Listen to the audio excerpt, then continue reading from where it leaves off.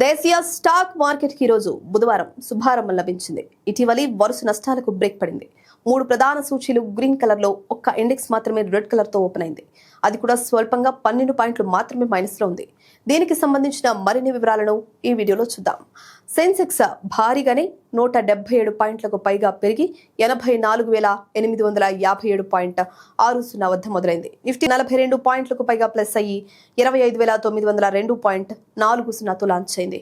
Nifty bank 38 పాయింట్లకు పైగా add అయి 59,072.80 వద్ద బిగినైంది.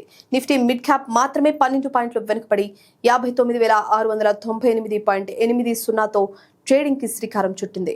శ్రీరామ్ ఫైనాన్స్, హిందుస్థాన్ జింక్ షేర్ల లాభాల్లో కొనసాగుతున్నాయి. Akzo Nobel India, blue cloud, IOB stocks value down అయింది.